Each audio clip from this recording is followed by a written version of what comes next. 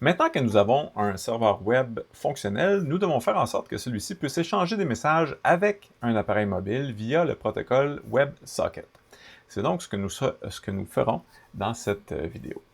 Donc, l'interface que nous allons utiliser sur l'appareil mobile, c'est une simple page web. En gros, quand l'usager déplacera son doigt sur l'écran, nous enverrons la position du doigt à Touch Designer sous forme de coordonnées X et Y. Pour faire ça, on utilisera un WebSocket. Donc, un WebSocket, c'est un conduit entre deux appareils via lequel on peut envoyer et recevoir des messages. Donc, prenons le temps rapidement de regarder notre interface. Si votre projet Touch Designer est ouvert et que le serveur web est actif, vous devriez pouvoir tout simplement voir l'interface en vous rendant à localhost 2.9980 comme on a fait dans la vidéo précédente. Et comme vous pouvez voir, voici l'interface que nous allons utiliser. Donc, essentiellement, il y a un bouton de connexion qui va nous permettre de se connecter au serveur dont l'adresse est déterminée ici. Il y a aussi une petite pastille orange qui suit le curseur. Donc ça, ce sera la position. En fait, la position de cette pastille-là, c'est celle qu'on enverra à Touch Designer en coordonnées X et Y. Et j'ai aussi mis des petits boutons de démonstration, bouton 1, bouton 2, qu'on pourra tout simplement cliquer pour envoyer aussi l'information à Touch Designer. On fera ça dans la prochaine vidéo. Mais pour cette vidéo-ci, essentiellement, on va se connecter puis envoyer la position de la pastille orange. Comme on sera fort probablement sur un appareil mobile et non pas sur un appareil de bureau, vous pouvez avoir une meilleure idée de ce que ça aura l'air en ouvrant les outils de développement et en basculant en mode mobile. Donc, vous pouvez voir comme ça un peu le look final de notre interface sur un appareil mobile. Voilà. Si on regarde maintenant le code, donc moi je vous invite à ouvrir le dossier www dans votre éditeur. Dans mon cas, ce sera Visual Studio Code. Et comme vous pouvez le voir, il y a trois fichiers, index.html, interface.js et style.css. Si on commence par le fichier index.html, vous voyez que c'est relativement simple. Donc, on a une section où on a le mot interface, tout simplement. Une deuxième section qui est pour la connexion, avec le champ pour rentrer l'adresse du serveur où se brancher et un bouton. Ensuite, la section avec les deux petits boutons de démonstration et éventuellement ce que j'ai appelé la cible, là, qui est en fait la pastille orange qui se déplace à l'écran. Si on regarde dans l'entête, vous allez trouver un petit bout de script qui instancie la classe interface. Donc, la classe interface, elle est importée du module interface.js avec lequel on va travailler aujourd'hui. Donc, jetons-y justement un coup d'œil à cette classe interface. Essentiellement, c'est ce qu'on trouve ici. Donc, il y a déjà à l'intérieur un écouteur qui a été mis sur le clic du bouton de connexion et des écouteurs qui ont été mis sur les événements Touch Move et Mouse Move du body. Donc, la raison pour laquelle on en a mis deux, c'est tout simplement pour qu'on puisse tester à la fois sur le mobile, où on va utiliser Touch Move, et sur l'appareil de bureau avec la souris, où on va utiliser Mouse Move. Donc, en mettant les deux, ça nous permet de tester des deux côtés. Sinon, pour le reste, il y aura une fonction déclenchée lors de la connexion qui s'appelle « Gérer démarrage ». Évidemment, nous, on aura des éléments à ajouter ici. Et lorsque la connexion est établie, j'ai déjà prévu une petite méthode « Gérer succès » qu'on appellera si effectivement ça fonctionne. Ensuite, il y a une fonction « Gérer mouvement ». En ce moment, tout ce qu'elle fait, c'est déplacer la cible, donc la petite pastille orange pour suivre le curseur. Tantôt, on ajoutera du code ici pour envoyer la position au serveur. Et il y a aussi une petite méthode déplacer cible dont le but est vraiment de repositionner le div qui affiche la pastille orange en utilisant les propriétés CSS left et top. Donc, comme vous pouvez voir, c'est rien de très compliqué. Et ce qui nous intéresse par-dessus tout, dans notre cas, c'est commencer par la connexion.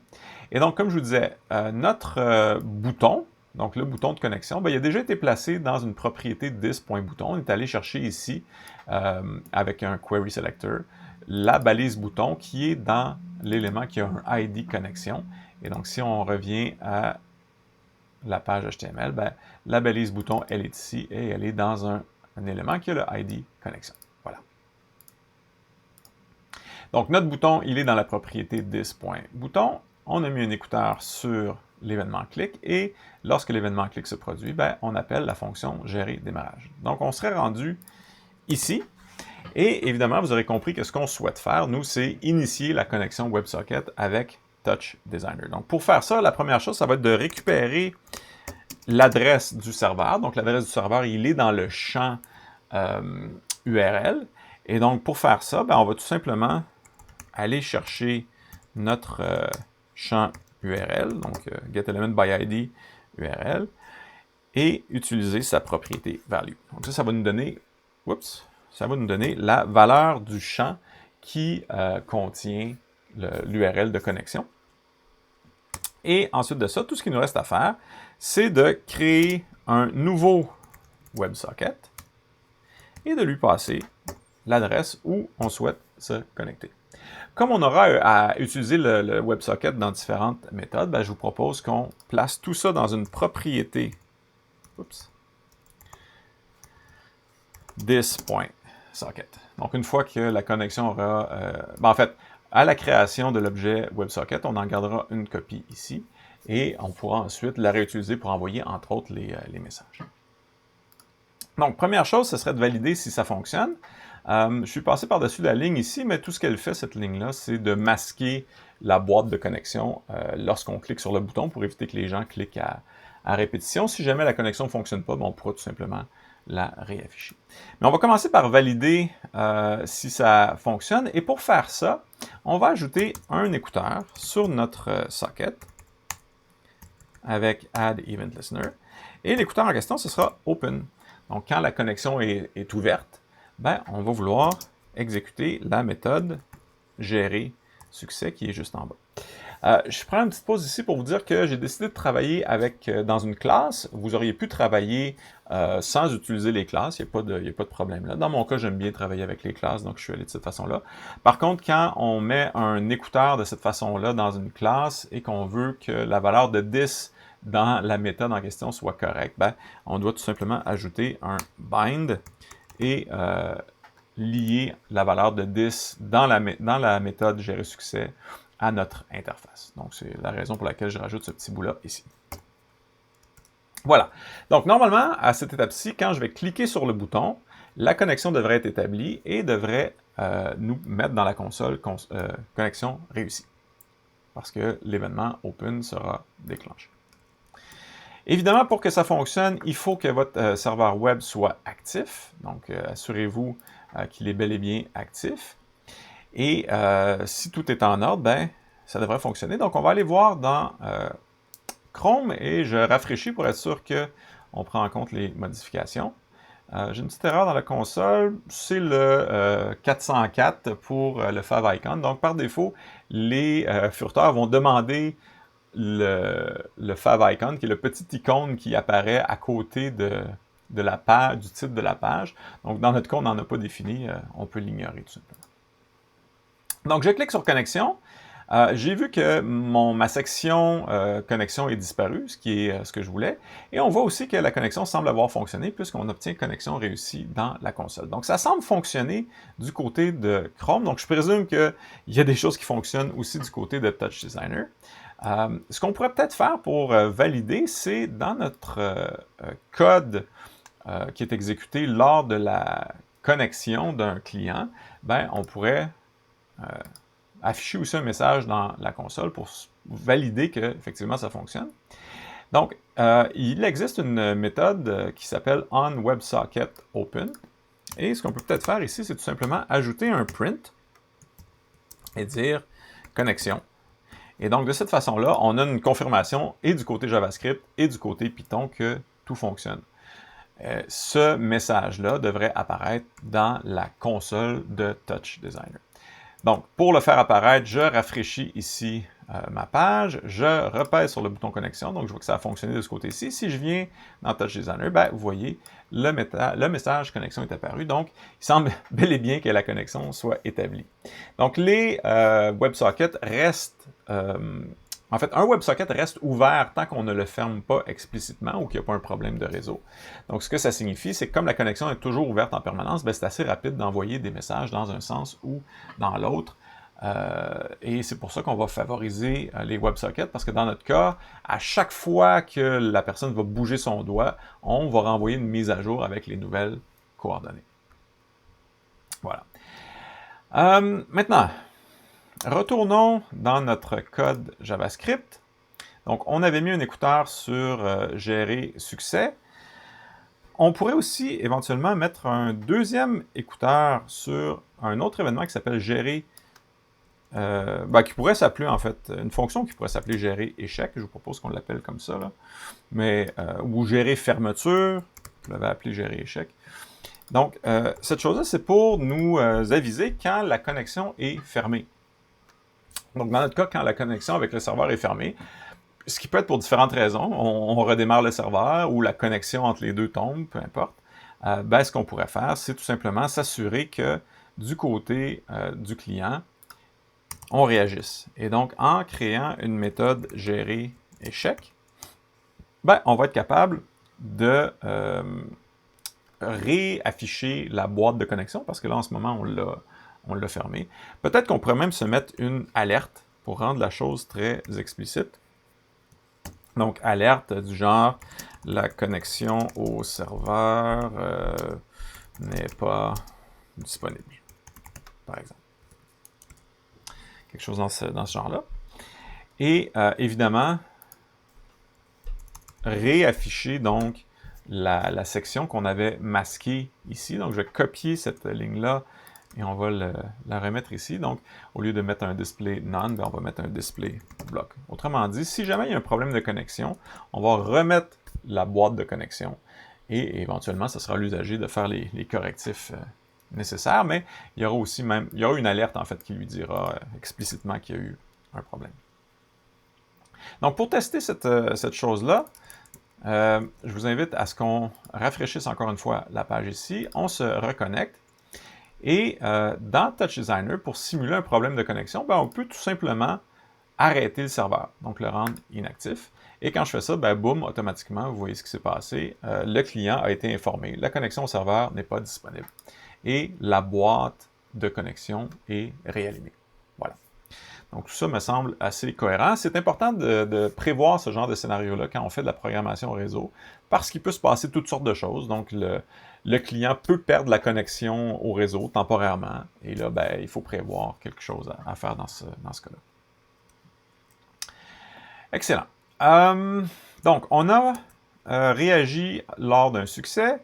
On a réagi lors d'un échec. Je vais simplifier un peu tout ça comme ça. Ma foi, ça semble pas mal. Je pense qu'il nous resterait vraiment à faire un peu de travail du côté du serveur pour qu'on garde en mémoire les clients connectés et qu'on puisse après ça savoir, par exemple, combien de clients sont connectés, donne-moi les coordonnées du premier client, bon, ainsi de suite.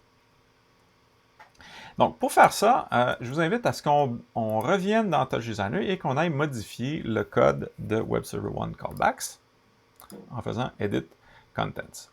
Et donc, qu'est-ce qu'on doit modifier à cet endroit-là? Certainement qu'une des premières choses qu'on pourrait regarder, c'est onServerStart. Donc, onServerStart va être déclenché lorsque le serveur démarre. Et ce que je vous propose, c'est qu'on garde dans une variable une liste de tous les clients qui sont connectés et du dernier message qu'ils ont envoyé pour qu'on sache c'est quoi l'état de tous les clients. Donc, pour faire ça, on pourrait se créer, puis là, je la mets directement dans ServerStart, une liste client. Donc, pour créer une liste vide, on peut tout simplement utiliser ce format-là. Par contre, comme cette liste-là, on aura à l'utiliser dans d'autres fonctions, probablement que ce serait plus prudent de la créer en haut complètement dans l'espace global. Donc, avant, en fait, qu'il ne soit pas à l'intérieur d'une fonction ou d'une méthode. Donc, je vais créer ici client, donc ma liste client, puis la liste client, quand un client va se connecter, on va l'ajouter, quand il va se déconnecter, on va l'enlever, tout simplement. En Python, c'est important de savoir que si on souhaite modifier donc une variable qui n'est pas dans le même scope ou dans la même étendue, ben, il faut bien comprendre ce qui se passe. Donc, dans ce cas-ci, client, je ne veux pas utiliser une nouvelle variable locale qui s'appellerait client, mais je veux bel et bien utiliser la variable globale qu'on vient de définir en haut. Donc, je vais tout simplement appeler En fait, je vais utiliser le mot-clé global pour déclarer que l'utilisation que je fais dans cette fonction-là de l'identifiant client, ben, ça correspond à ce qu'on a défini en haut, c'est-à-dire ici. Donc, c'est une variable qui est globale dans ce cas-là. Et dans la méthode onServerStart, je ne veux pas une copie locale, je ne veux pas créer une nouvelle variable possédant le même nom qui est locale, mais je veux bel et bien modifier la variable qui est globale. Donc, lorsque le serveur démarre, qu'est-ce qu'on fait? Ben, on va vider la liste. Si jamais il y avait déjà quelque chose à l'intérieur du fait qu'on avait parti le serveur et que là, on l'arrête et on le redémarre. Vous voyez un petit peu l'idée. Donc, onServerStart, je pense que pour l'instant, c'est suffisant. Dans onWebSocketOpen, on avait mis tantôt print connection. Ben là, évidemment, on va vouloir travailler notre liste de clients. Donc, je vais aussi ici déclarer global clients parce qu'on va vouloir modifier. Et ce que je vous propose, c'est qu'on utilise clients.append. Donc, append, c'est une méthode qui nous permet d'ajouter un élément à une liste. Donc, quel élément est-ce qu'on va mettre à l'intérieur? Ben, je vous propose qu'on utilise la syntaxe du dictionary, du dictionnaire en Python, qui ressemble beaucoup à la syntaxe des objets en JavaScript ou en JSON. Donc, il suffit de mettre des accolades. Donc, autrement dit, à chaque fois qu'un client va se connecter, on va créer un nouvel objet pour ce client-là. L'objet est représenté par les accolades et il aura des propriétés spécifiques à chacun des clients. Pour que ce soit plus facile, je vais me mettre sur plus qu'une ligne, mais sachez que l'objet débute ici et se termine là. Et ce qui est entre les deux, ce sera des propriétés des objets. Donc, la première propriété, ce sera un ID qui nous permet d'identifier chacun des clients de façon individuelle. Et on reçoit déjà un identifiant unique dans le paramètre client qui est passé à la fonction onWebSocketOpen. Et ce paramètre-là, en gros, c'est l'adresse IP suivie du port du client. Donc, c'est un identifiant qui est unique. Donc, on va utiliser tout simplement client comme ID. Ensuite, on peut peut-être prendre en note le moment à laquelle s'est fait la connexion, parce que plus tard, on va probablement vouloir débrancher des usagers qui resteraient inactifs. Et donc, ce sera utile de savoir à quel moment ils se sont connectés, puis à quel moment, la dernière fois, ils ont fait quelque chose. Donc, pour faire ça, on peut utiliser le module time. Par contre, pour pouvoir l'utiliser, il faut l'importer. Donc, je vous invite à remonter en haut. On avait déjà importé MIME-types, et on va ajouter time.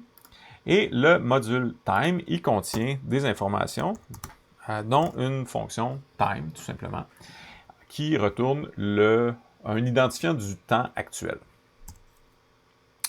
Et, comme je disais tantôt, on pourrait aussi garder une copie du moment où la dernière information a été envoyée par ce client-là.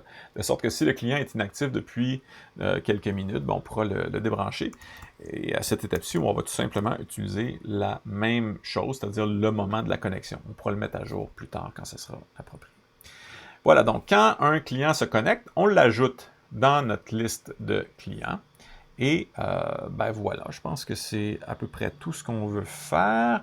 Peut-être que ce qu'on pourrait faire, en fait, c'est afficher dans notre opérateur web server les données en question, donc les clients en question. Donc, à la suite ici, ce que je vous propose, c'est qu'on ajoute une méthode. Est-ce qu'on y va tout de suite? Ouais, on pourrait y aller tout de suite. On ajoute une méthode update. On appelle une méthode update, dont le rôle, ce sera tout simplement de mettre à jour l'affichage dans l'opérateur pour qu'on puisse voir les données actives, si on veut. Comme on aura besoin de faire référence aux dates de notre serveur web, on va passer en paramètre cette information-là à la méthode update. Évidemment, la méthode update, elle n'existe pas encore, donc on va la définir. Donc en Python, pour une nouvelle fonction, c'est def, tout simplement, update. Et cette fonction-là reçoit l'opérateur, donc on va pouvoir le définir comme ça. Et le corps de la fonction suivra les 2 points. Donc, dans la méthode update, qu'est-ce qu'on veut faire? On va utiliser notre liste de clients. Donc, je vais préciser Global Clients. Et ce qu'on va vouloir faire essentiellement, c'est mettre à jour les données qui s'affichent dans l'opérateur web server. Donc, comment est-ce qu'on peut faire ça? Notre opérateur web server date, il possède une propriété texte qui est son contenu textuel. Et on peut tout simplement assigner à cette propriété-là les données qui ont été mises dans notre liste de clients. Et pour faire ça, je vous propose qu'on utilise un module qui s'appelle JSON. Donc, JSON, c'est une façon de représenter un objet sous forme textuelle. Et ça a l'air à peu près de ça, en fait. Donc, c'est du texte qui commence avec une accolade qui contient des propriétés et des valeurs, tout simplement. Donc, c'est une façon textuelle pour représenter la structure d'un objet. Donc, dans notre cas, ça convient plutôt bien. Fait que ce que je vous propose, c'est qu'on utilise le module JSON et qu'on transforme la liste de clients en une représentation textuelle sous forme JSON pour qu'on puisse voir du côté de notre opérateur quelles sont les données actuellement, les dernières données qui ont été transférées, si on veut. Donc, JSON, c'est aussi un module qu'on doit importer. Donc, on va rajouter un 3e module ici dans nos importations. Et dans le module JSON, il y a une propriété qui s'appelle dump s pour dump string. Et tout ce qu'on a à faire, c'est lui passer un objet. Donc, dans notre cas, ce sera la liste de clients. Et il va en renvoyer une version encodée au format JSON. Donc, le résultat de ça, qu'est-ce qu'on fait avec? On le met comme texte de notre web server date. Donc, à chaque fois qu'un client va se brancher, on devrait voir quelque chose apparaître dans l'opérateur web server. Donc, on peut peut-être l'essayer tout de suite pour voir si ça fonctionne. Donc, je reviens dans Chrome, je rafraîchis. Oups, je crois qu'on avait fermé tantôt notre opérateur. Donc, évidemment, on va devoir réouvrir notre serveur parce que sinon, il n'y aura rien qui va répondre. Donc, je redémarre le serveur. On rafraîchit. On se connecte. Et si je reviens du côté de Touch Designer, vous voyez que dorénavant, dans notre date web server, il y a des données qui sont apparues. Donc là, c'est difficile de voir un peu, mais on peut voir donc le ID, comme je vous disais, c'est l'adresse IP suivie d'un numéro de port, et l'heure de la connexion. Donc, dans ce cas-là, c'est un nombre de secondes écoulées depuis le 1er janvier 1970, qui est un point de référence assez commun en programmation. Voilà, donc ça semble fonctionner. Il y en a peut-être certains qui se demandent pourquoi on ne voit pas localhost ici. Localhost, c'est un raccourci. L'adresse IP locale qui est équivalente à localhost, c'est 127.0.0.1. Donc, tout semble fonctionner. Et donc, ce sera commode pour nous de tout simplement appeler la méthode update pour périodiquement mettre à jour ce qui apparaît dans l'opérateur web server. Voilà. Donc, on a utilisé onWebSocket Open. Probablement que ce serait une bonne idée de faire onWebSocket Close de façon à ce que lorsqu'un client ferme la connexion, on l'enlève de notre liste de clients. Donc, je vais minimiser celle-là ici et on va aller voir WebSocket Close. Donc, vous aurez douté que ça ressemble un peu à ce qu'on vient de faire, mais à l'inverse. L'idée étant, encore une fois, d'utiliser notre variable client, la globale, et non pas une copie locale. Et là, ce qu'on va vouloir faire, c'est aller trouver dans la liste de clients celui qui vient de se débrancher, puis l'enlever, tout simplement. Donc, quand la fonction WebSocketClose est déclenchée, on a encore une fois une copie de notre opérateur et l'identifiant qu'on a utilisé tantôt. Donc, il faut trouver dans notre objet client, client, il faut trouver le bon client, c'est-à-dire celui qui vient de se débrancher, et le retirer. Pour faire ça, on peut utiliser une méthode qui s'appelle filter. Et filter, on lui passe une fonction et elle va appliquer cette fonction-là à chacun des éléments de la liste de clients. Et si la fonction retourne vrai, on garde le client, sinon, on le retire. Ce qu'on va passer donc en paramètre à filter, c'est une fonction anonyme en JavaScript ou ce qu'on va appeler une fonction lambda en Python, puis dans d'autres langages. Donc, il faut, dans ce cas-ci, utiliser le mot-clé lambda, donc pour dire qu'on déclare une fonction de type lambda. Si vous avez fait du JavaScript, ben, ce serait une fonction qu'on appelle anonyme.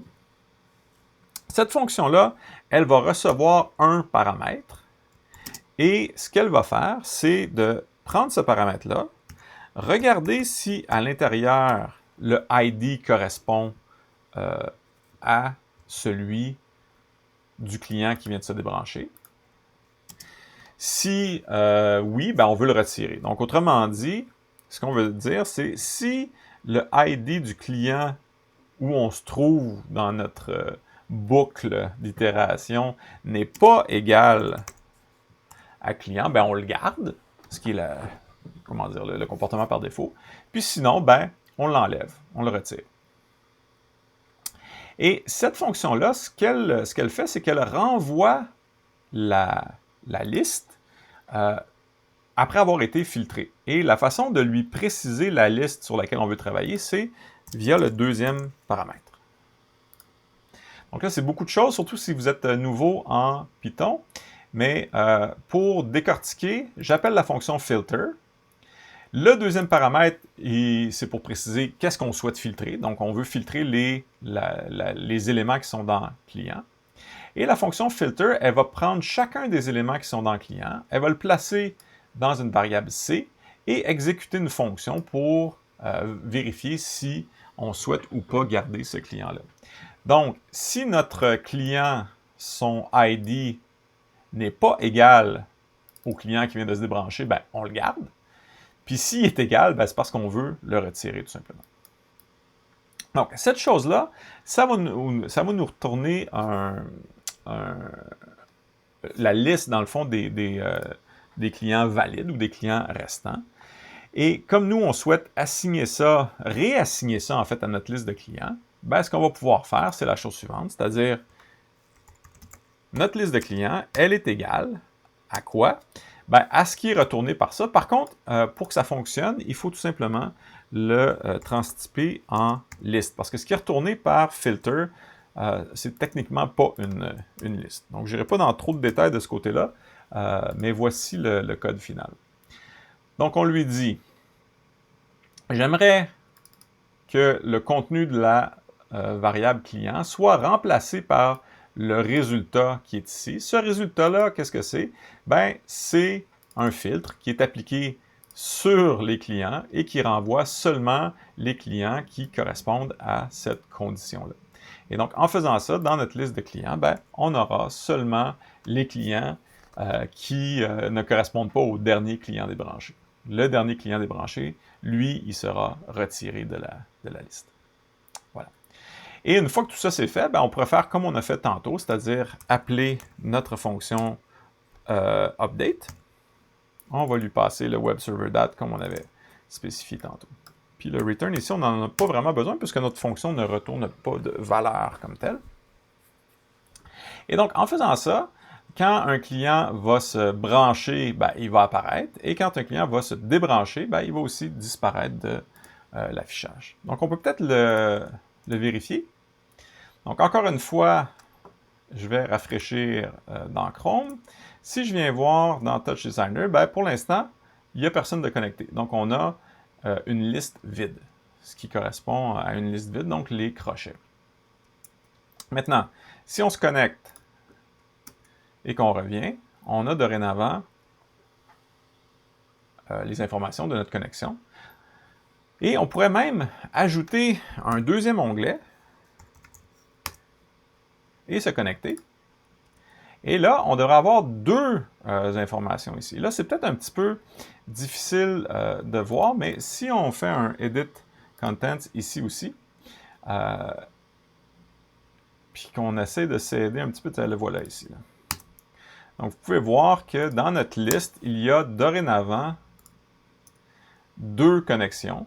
Ils proviennent de la même adresse IP, mais sur un port différent. Évidemment, j'ai deux fenêtres différentes. Et un s'est connecté un petit peu après l'autre. On peut voir que ce qui est dans notre opérateur ici correspond bel et bien à la réalité des gens qui sont connectés. OK. Donc, on a réglé le cas de la connexion. Bon, HTTP request, c'est bon. Donc, on a réglé le cas du socket qui est ouvert. On a réglé le cas du socket qui est fermé.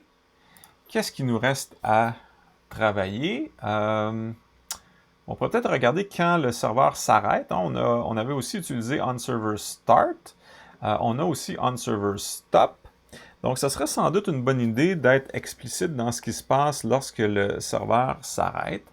Et ma foi, ça va ressembler pas mal à ce qui se passe lorsque le serveur démarre, c'est-à-dire qu'on veut modifier donc, notre liste de clients et tout simplement la réinitialiser. Donc, si le serveur s'arrête, on vide la liste de clients et on va mettre à jour, comme on a fait tantôt, l'affichage. Donc, server start, server stop, ça semble bon.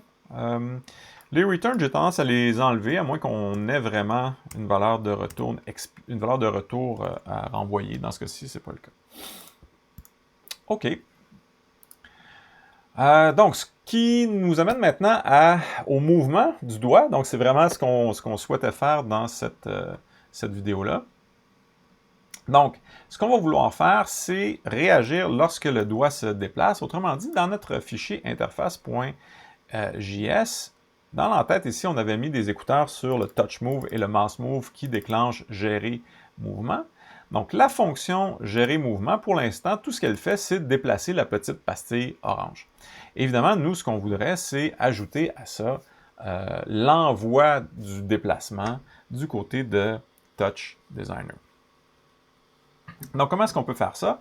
Bien, ce que je vous propose, c'est que dans notre classe interface, on ajoute, puis on peut peut-être le faire directement en haut, une propriété message. Et la propriété message, essentiellement, ce sera un objet qui contient le message à envoyer au serveur.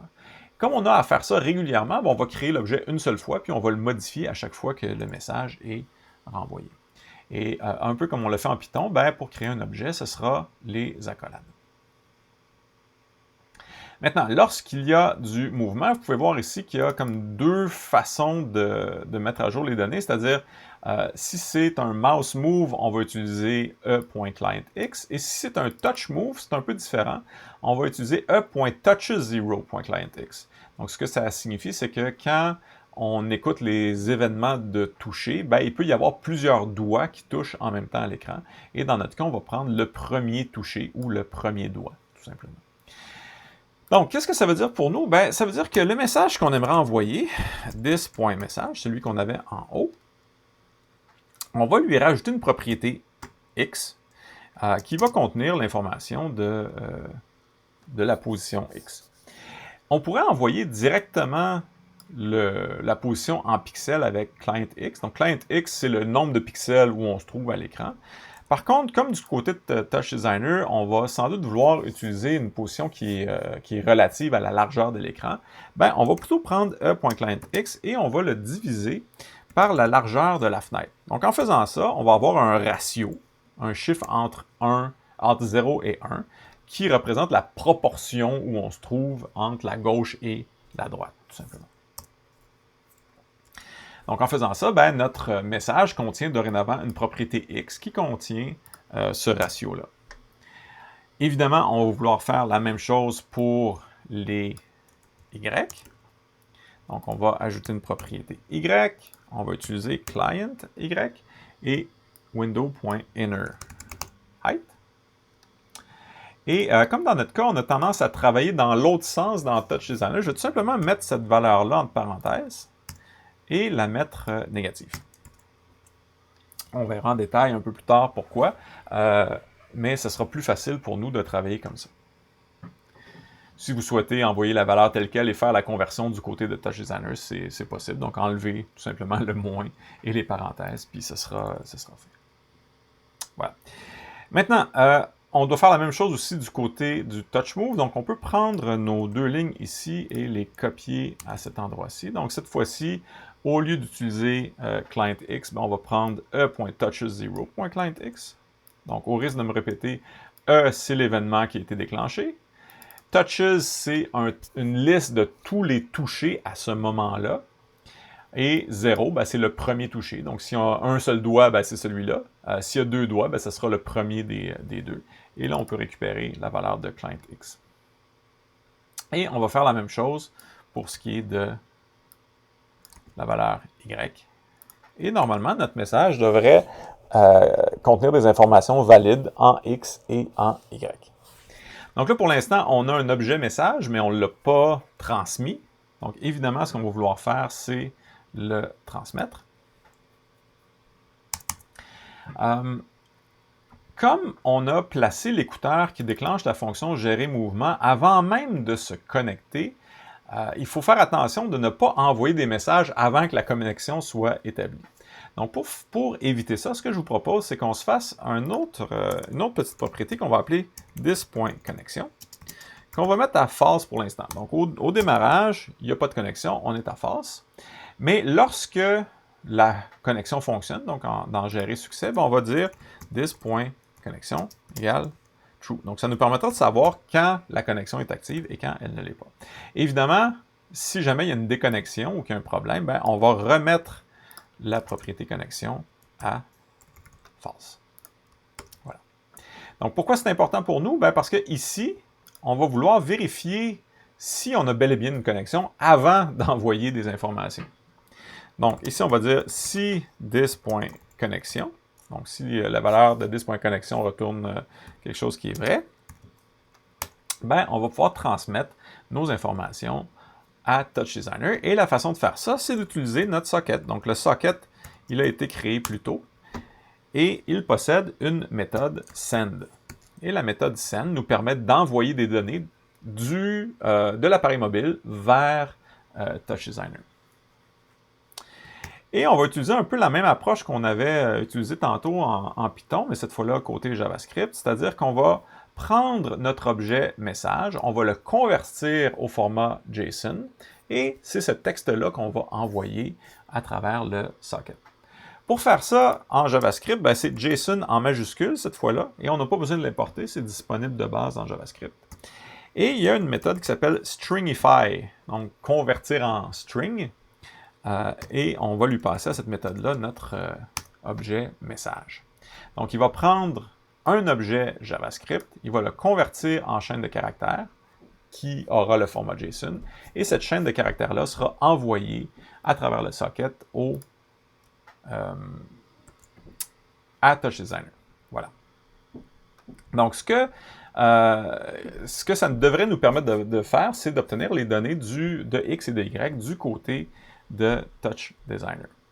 Évidemment, on aura potentiellement des petits ajustements à faire de l'autre côté, mais on peut peut-être commencer par valider que ça fonctionne de ce côté-ci avant d'aller plus loin. Donc, je vais fermer une de mes deux connexions, je rafraîchis ici, je me connecte. Si je déplace le truc, j'ai pas d'erreur, donc ça semble bon de ce côté-ci. Si je viens voir de l'autre côté, c'est-à-dire du côté de Touch Designer, est-ce que tout semble correct? J'ai pas d'erreur ici non plus. Bon. Là, évidemment, c'est un peu difficile de comprendre ce qui se passe parce qu'on n'a aucun feedback, aucune rétroaction. Donc, ça va être intéressant pour nous de modifier le code du côté Python pour, au minimum, valider que les données qu'on reçoit fonctionnent. Donc, il existe dans notre opérateur une méthode onWebSocketReceiveText. Donc, c'est ce qu'on vient de faire. On vient de lui envoyer du texte. Là, c'est à nous, dans le fond, de faire ce qu'il faut pour utiliser ce texte-là. Et encore une fois, par défaut, en fait, lui, il prend le texte puis il le réenvoie, ce qui n'est pas nécessairement ce qu'on veut faire. Donc, nous, on va enlever ces deux trucs-là. Et on va, comme tantôt, utiliser notre liste globale de clients. Et ce qu'on veut faire, c'est faire une boucle, dans le fond, aller voir pour chacun des clients qui sont branchés. Quand on reçoit du texte, là, on veut aller assigner le texte qu'on vient de recevoir puis le mettre dans le bon client, parce qu'on ne sait pas nécessairement à quel client on a affaire. Donc, pour faire ça, on peut faire une boucle for C in clients. Donc, ça, ce que ça veut dire, c'est prends tous les clients et à tour de rôle, mets le client où on est rendu dans la variable C. Et à l'intérieur, on peut dire si C, donc le client où on est rendu dans la boucle, si son ID, il est égal au client dont on vient de recevoir le texte, donc égal client, donc en se souvenant que ça ici, dans le fond, c'est le ID du client, mais c'est le client dont on vient de recevoir du texte. Si c'est le cas, on va mettre à jour l'heure de modification. Vous vous souvenez, tantôt, on avait pris en note la modification. Là, on va le mettre à jour puisqu'on vient de recevoir des nouvelles données. Donc, on veut être certain qu'on garde ça à jour. Donc, time.time. Cette fois-là, c'est le moment où les données ont été reçues. Mais ce qui nous intéresse surtout, c'est de mettre à jour notre client lui-même en ajoutant le message qu'on vient de recevoir, donc les données. Donc, dans Data, ici, c'est le message qui a été envoyé du côté JavaScript. Et donc, ce qu'on veut faire, c'est mettre à jour notre objet client pour ajouter à l'intérieur les données qui ont été transférées au format JSON de la page web vers Touch Designer. Donc, pour faire ça, pour mettre à jour, ce qu'on peut utiliser, encore une fois, c'est JSON. Mais cette fois-là, au lieu d'utiliser dump string ou dump s, on va utiliser load s. Donc, load string. Et on va lui passer les données qu'on a reçues. Donc, ici, dans Data, c'est le texte qu'on a envoyé à partir du client. C'est une chaîne de caractères qui représente un objet JSON. Donc, on va charger cette chaîne-là, la convertir en objet et mettre à jour notre client. Et donc, de cette façon-là, à chaque fois qu'on va recevoir un message, les données qui ont été envoyées dans le message vont être assignées au bon client du côté de Touch Designer. Et ici, on peut même rajouter un petit truc pour s'épargner des boucles pour rien. C'est-à-dire que si on a trouvé le bon client, on peut arrêter la boucle puisqu'on a déjà mis à jour le client au bon endroit. Et finalement, on va faire comme on a fait auparavant, c'est-à-dire appeler update en passant notre opérateur date. Et donc là, ce qui devrait arriver, c'est qu'on soit capable de voir les informations se mettre à jour du côté de Touch Designer au fur et à mesure où on bouge. Donc, on refait, n'oubliez pas de sauvegarder, on refait toute la mécanique, c'est-à-dire que de ce côté-ci, je rafraîchis, je me connecte. Du côté de Touch Designer, évidemment, c'est difficile un petit peu de voir puisqu'on a juste une ligne. Si on essaie de zoomer un petit peu, on peut voir ici à la fin qu'on a un X et un Y qui sont apparus. Pour pouvoir mieux voir ce qui se passe, ce que je vous propose, c'est qu'on ajoute à la sortie ici un opérateur JSON. Et l'opérateur JSON, il va nous permettre d'aller chercher les données qui nous intéressent à l'intérieur de toute la syntaxe JSON. Donc, dans notre cas, on va prendre, non pas results au pluriel, mais result au singulier. On veut juste aller chercher le premier résultat. Et la façon de fonctionner ici pour aller isoler les données qui nous intéressent, donc dans notre cas, le X et le Y, c'est d'utiliser la syntaxe qui s'appelle JSON Path, qui nous permet de descendre dans la hiérarchie, aller chercher l'élément qui nous convient. Donc, dans ce cas-ci, on veut aller chercher le premier élément. Donc, le signe de dollar, dans le fond, c'est la racine. C'est tout le... Bon, attends un peu, je vais l'enlever parce que là, il s'est mis à jour. Donc, on peut voir ici avec les crochets que c'est une liste. Cette liste-là, pour l'instant, elle ne contient qu'un seul objet. Donc, on veut aller chercher, nous, à partir de la racine, le signe de dollar ou la liste, le premier client, si on veut. Donc, quand je fais ça, ben, oups, soudainement, je me retrouve avec les accolades. La liste est disparue parce que je suis allé chercher seulement le premier. Et je peux utiliser un point pour descendre à l'intérieur et lui dire, par exemple, donne-moi la valeur de x, c'est-à-dire cette propriété-là ici. Et donc, si je fais ça, tout ce qui me reste, c'est la valeur de x. Et je pourrais faire la même chose, tiens, je vais copier et coller, et on va aller chercher la valeur de y. Donc, ce que je vois ici, point 44, c'est pas tout à fait je pensais que c'était la même valeur, c'est presque la même valeur, mais une est positive, l'autre est négative. Ça devrait correspondre au mouvement de la souris. Donc, ce que je vous propose, c'est que... je vais fermer ça. Je vais mettre mon interface ici, et vous voyez que quand je bouge, ben, les données correspondent dans Touch Designer. Donc, si je suis en haut à gauche, ben, je suis à peu près à 0. Et si je descends, vous voyez les valeurs augmenter. Si je m'en vais à droite, le X est à presque 1. Si je m'en vais à gauche, il est à presque 0. Et ainsi de suite pour ce qui est du vertical. On ne se rend pas tout à fait à 0 et à 1 parce que j'ai laissé une petite bordure décorative autour. Là, donc, c'est pour ça qu'on ne se rend pas totalement. Mais vous voyez que le mouvement, on est bel et bien capable de le voir dans notre petite fenêtre comme ça. Donc, jusqu'à date, ça va plutôt bien.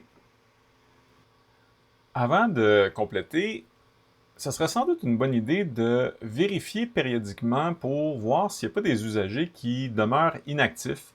Et si effectivement il y a des usagers inactifs, ben, tu as tout simplement à les débrancher pour éviter d'accumuler des usagers qui essentiellement ne font rien dans le projet. Donc, ce que je vous propose, c'est qu'on se crée une nouvelle méthode, une nouvelle fonction du côté de Touch Designer dans le Python.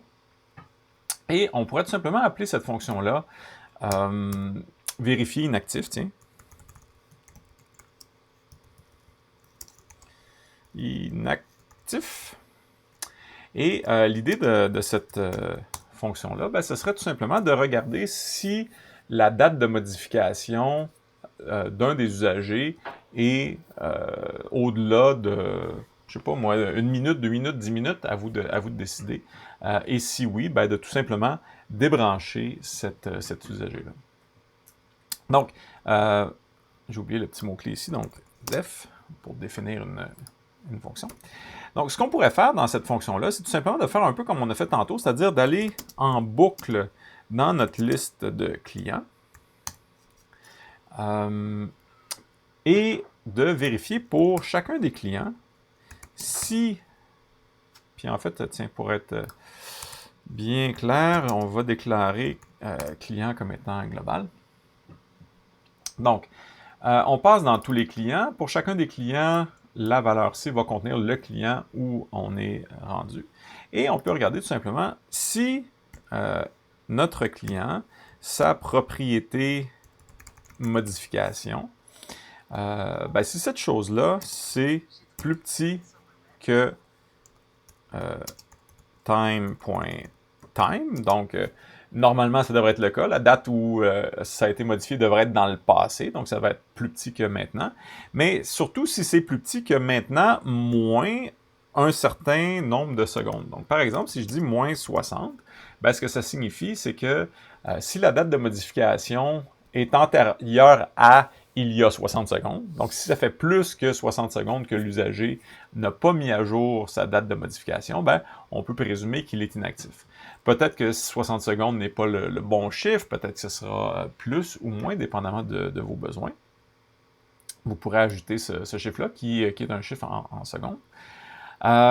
Mais donc, si c'est le cas, ben, ce qu'on peut faire, tout simplement, c'est utiliser notre...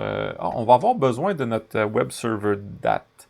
Donc, je pense qu'on va devoir ici, dans la fonction vérifier inactif, exiger qu'on reçoive en paramètre le web server date, parce que ce qu'on va vouloir faire, c'est la chose suivante, c'est appeler sur notre web server date la fonction qui s'appelle WebSocket, attention aux majuscules et aux minuscules, close, et en lui passant tout simplement le ID du client à débrancher. Et donc, en faisant ça, tous les clients qui n'ont rien fait depuis 60 secondes ou plus seront tout simplement déconnectés. Évidemment, cette fonction-là, elle devra s'exécuter à répétition. Donc, on peut bien l'exécuter une fois, mais ce qui est intéressant, c'est de l'exécuter périodiquement pour que périodiquement, on vérifie si des clients sont maintenant périmés, si on veut, ou on les considère comme étant inactifs. Donc, si on était en JavaScript, on pourrait utiliser un truc comme setInterval. Il existe en Python la notion de timer. Par contre, le timer, il fonctionne sur son propre thread, sur son propre fil, et c'est quelque chose qui n'est pas supporté dans le contexte de Touch Designer. Si on le laissait, on va avoir un avertissement à ce sujet-là. Donc, plutôt que d'utiliser le timer, qui serait la façon la plus simple de le faire, ben, on va être obligé d'utiliser autre chose. Les objets de Touch Designer nous offrent une méthode run. Et ce que la méthode run nous permet de faire, c'est, entre guillemets, de mettre du code à exécuter périodiquement. Parce qu'on va pouvoir utiliser un délai. Ou si le délai est à 0, de l'exécuter immédiatement. Donc, dans notre cas, ce qu'on va vouloir faire, c'est périodiquement appeler vérifier inactif. Et on va devoir lui passer en paramètre notre web server date. Donc, la façon dont ça fonctionne, puis là, il faut faire attention un peu à la syntaxe, c'est la syntaxe qui est imposée par Touch Designer, c'est qu'on peut utiliser args avec un indice, un index, pour récupérer un des paramètres qu'on ajoute ensuite ici. Donc, dans notre cas, le paramètre qu'on va vouloir utiliser, c'est WebServerDate. On pourrait éventuellement passer plusieurs arguments, puis on pourrait les récupérer avec args 0, 1, 2, 3, et ainsi de suite. Donc, dans notre cas, on n'en a besoin que d'un seul, c'est le WebServerDate. Donc, le WebServerDate va être placé ici, et on va exécuter la fonction vérifier inactif en passant WebServerDate en paramètre. Maintenant, il y a deux autres paramètres qui nous intéressent. Dans ce cas-ci, delay frames. Donc, Touch Designer se met à jour à chaque frame, à chaque cadre. Et donc, nous, ce qu'on a comme encre, si on veut, c'est le processus de mise à jour de chaque cadre. Et donc, on peut lui dire, par exemple, à tous les 300 cadres, en présumant qu'on est à 60 images par seconde, donc à tous les 300 images, si on veut, on souhaite faire la mise à jour. Et parce qu'on veut non pas exécuter du code arbitraire, mais exécuter une fonction qui se trouve dans un module, ben, on peut lui dire from op égale me. Autrement dit, exécute la méthode vérifier inactif dans l'objet dans lequel je me trouve en ce moment. Et donc, en faisant ça, quand on va appeler la méthode vérifier inactif, elle va faire sa vérification et elle va se rappeler elle-même 300 cadres ou frames plus tard. Donc, tout ce qu'il nous reste à faire, ben, c'est de l'appeler une première fois. Et après ça, la mécanique va faire en sorte qu'elle se rappelle d'elle-même à chaque 300 frames. Donc, sans doute qu'un bon endroit pour démarrer ça, ça serait lorsque le serveur démarre. Donc, quand le serveur démarre, on enclenche le processus de vérification. Et ce processus-là va durer jusqu'à la fin. Donc, on server start, ben, on peut rajouter ici tout simplement vérifier inactif. Et évidemment, pour y avoir accès plus bas, ben, on va passer le web server date. Donc, quand le serveur démarre, on appelle vérifier inactif. Vérifier inactif, il regarde tous les clients. Si certains sont plus vieux que 60 secondes, on les débranche. Et quand c'est fait, on exécute la même fonction, mais dans 300 cadres. Puis ici aussi, le chiffre peut changer, dépendamment de la vitesse à laquelle vous souhaitez qu'on se débarrasse des utilisateurs inactifs. Et en faisant ça, ben, tous les utilisateurs qui ne font rien pendant un certain temps seront débranchés. Pour pouvoir le tester, sans doute qu'on devrait diminuer le chiffre qui est ici. Donc, je vais mettre un 5. Donc, pour tous les utilisateurs qui n'ont rien fait dans les 5 dernières secondes, on débranche. Et on va tout simplement l'essayer. Donc, je reviens ici, je rafraîchis. Tiens, je vais garder les deux, un par-dessus l'autre, comme on a fait tantôt. Donc, comme ça. Donc, j'ai mon truc en arrière, puis celui-là ici. Donc, je me connecte. Tant que je bouge, ben, il ne devrait rien se passer. Mon utilisateur devrait rester branché. Et je présume que depuis le temps que je parle, ben, ça fait déjà 5 secondes. Donc, le test s'est fait, puis on n'a pas été débranché. Par contre, si j'arrête de bouger et qu'on n'envoie plus de nouveaux messages, ben, éventuellement, au bout de 5 secondes, on devrait être automatiquement débranché. Et on devrait donc recevoir notre message d'alerte qu'on avait auparavant. Ce qui semble pas être le cas actuellement. Que se passe-t-il? Est-ce qu'on avait bien réglé dans notre interface le gérer échec? Oui, donc on est supposé avoir un message d'alerte ici. Puis dans notre cas ici, server start. On n'a pas reparti le serveur. On l'a juste laissé continuer. Donc je pense qu'on va devoir repartir le serveur pour que cette mécanique-là se mette en place. Donc, je reviens ici et sur mon serveur, je vais peser sur le bouton Restart pour le redémarrer. Vous voyez qu'on a eu l'erreur ici, donc ça c'est normal, c'est lorsque la connexion est perdue, parce qu'on a fermé et réouvert le serveur. Maintenant, si on se rebranche, donc les données sont là. Si j'attends maintenant le 5 secondes, ben, normalement, on devrait recevoir le même message de déconnexion. Voilà. Donc, après 5 secondes, le code vérifié inactif s'est rendu compte que notre date de modification n'avait pas été mise à jour et a tout simplement débranché le client. Et notre message d'erreur est apparu dans le client pour nous dire que la connexion était perdue. Donc, à cette étape-ci, on est capable de transférer les coordonnées X et Y de notre petite pastille orange vers le serveur. Évidemment, on est aussi capable de se brancher et éventuellement de manuellement se débrancher ou de se faire débrancher si on demeure inactif pendant un certain temps. C'est certain que la valeur de 5 secondes pour les tests, il faudra probablement la rallonger parce que c'est particulièrement rapide. Mais on a déjà la structure d'une communication client-serveur qui fonctionne très bien. Dans la prochaine vidéo, on va ajouter quelques messages et raffiner un petit peu notre approche au niveau de la programmation.